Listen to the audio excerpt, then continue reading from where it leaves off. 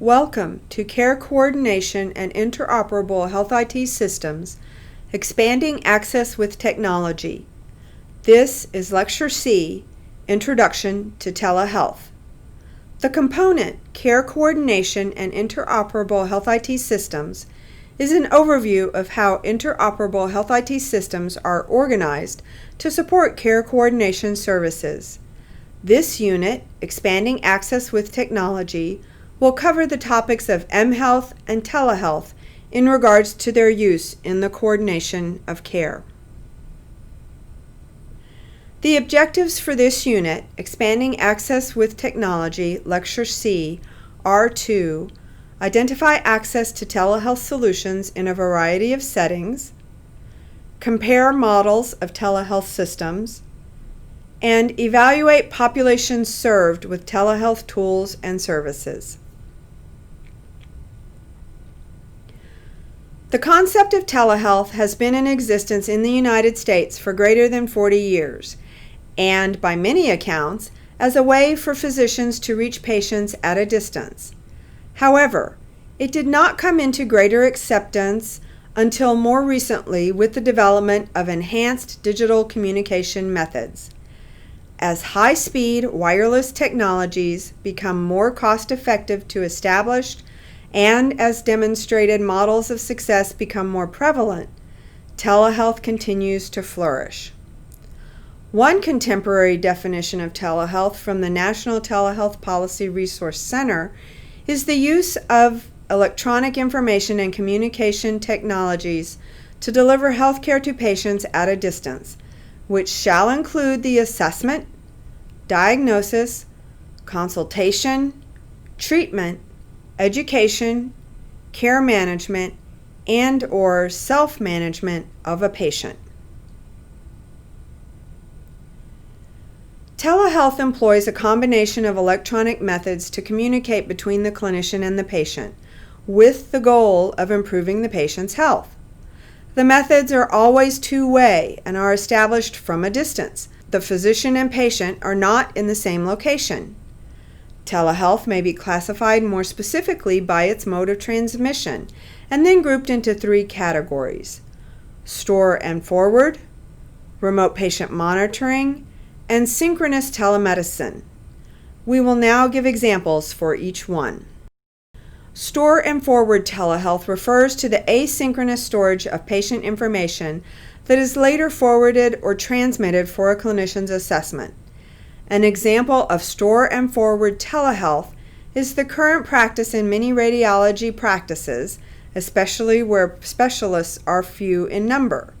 A patient's CT scan may be transmitted to a radiologist serving several regions, who then provides a clinical assessment and forwards the clinical report back to the patient's primary care provider.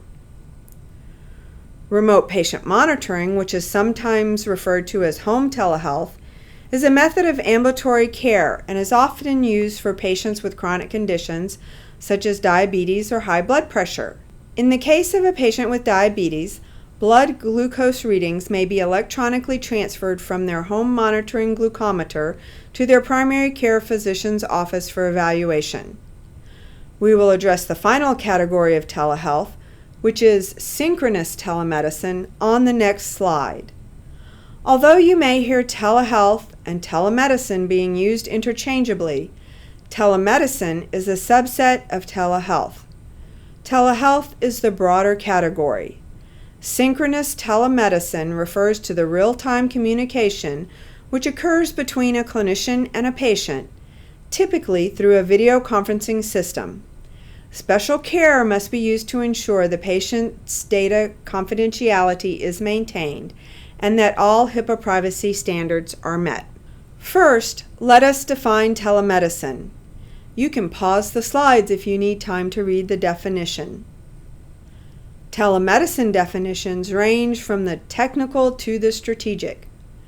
Perhaps the most detailed in regards to specification of technology is the definition used by the United States Center for Medicare and Medicaid Services, or CMS. This definition states that at a minimum, telemedicine must function to provide two-way, real-time communication between the patient and provider. Television projects became the mainstay of telemedicine through the mid-20th century. An additional notable project used black and white closed-circuit TV to link the medical clinic at Boston's Logan International Airport to the Massachusetts General Hospital just across the bay. Concerns over Logan Airport's limited road and train access led to the project, and a paper published after doctors had seen 1,000 patients over the link was the first positive evaluation of the diagnostic equivalency of a telemedicine link versus in-person care. Upon the year 2000, two factors began to drive a fast expansion and exploration of new telemedicine applications. The first of these was the development of low-cost, solid-state devices with high performance levels for both black and white and color imaging. Driven by the consumer video camera industry, the capabilities of what once were high-cost imagers were now available widely. Ultimately, this new generation of devices outperformed their predecessors in many ways and at a significantly lower cost. Secondly, the widespread growth in the availability and popularity of the Internet offered new ways for computers to communicate and send digital files. With these two elements, a new generation of telemedicine systems and methods developed and began widespread application.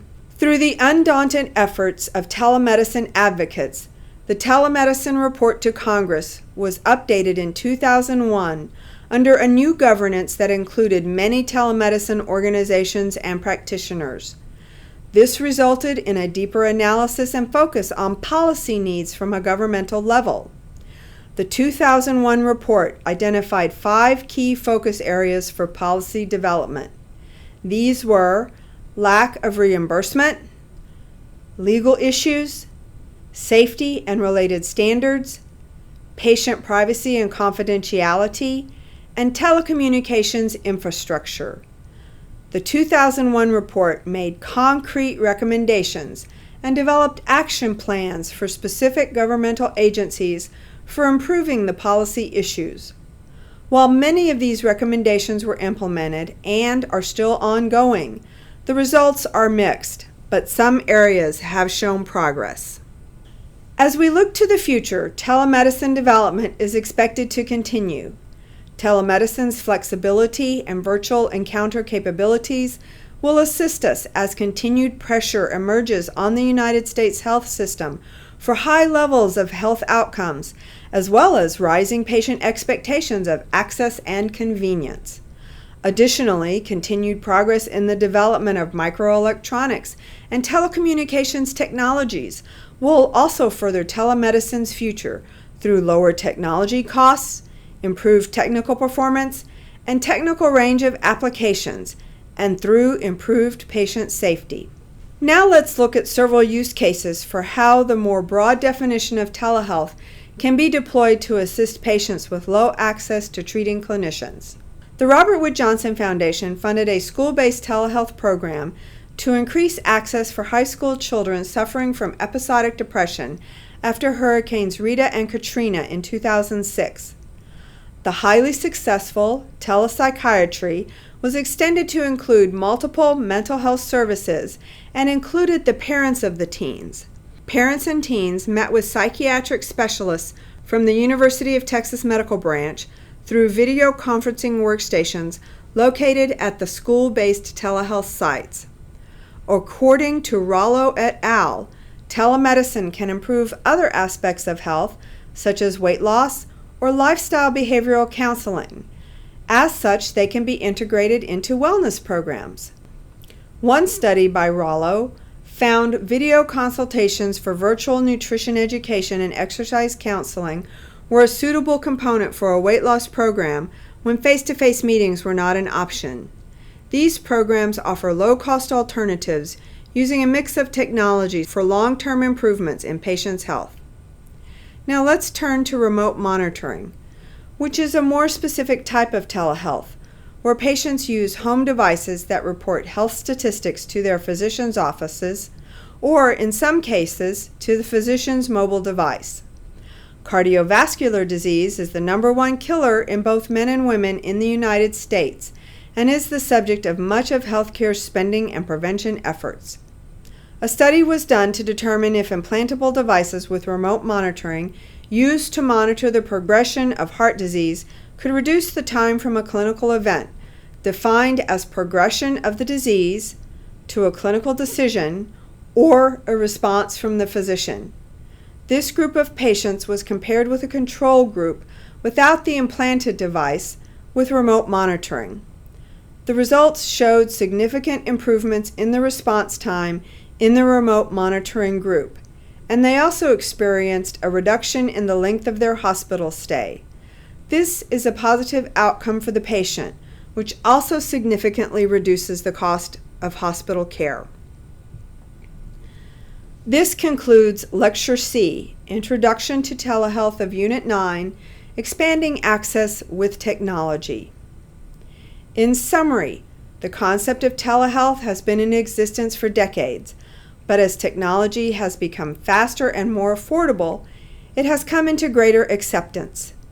Telehealth encompasses more than telephone, text, or email-only communication, and is intended to support or replace the typical physician-patient encounter. While telehealth is often used mistakenly in place of telemedicine, telehealth is a broader term which encompasses clinical encounters as well as health education meant to support patient wellness goals. Both telehealth and the subset of telemedicine have the goal to improve patient care. This concludes the unit, Expanding Access with Technology.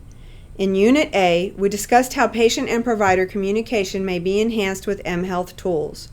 Again, the use of mHealth applications spans the continuum from wellness to illness, but may also be useful in the support of care coordination activities. In Unit B, we learned how data from mobile health tools, which are collected during a clinical visit or outside the clinical setting, can be used to support care coordination activities. Finding ways to integrate mHealth data into clinical workflows is a challenge, and future work is needed in this emerging area. In our final Unit C, we covered the distinction between telehealth and telemedicine. Telemedicine encompasses more than telephone, text, or email-only communication, and is intended to support or replace the typical physician-patient encounter, while telehealth is a broader term which encompasses clinical encounters as well as health education meant to support patient wellness goals.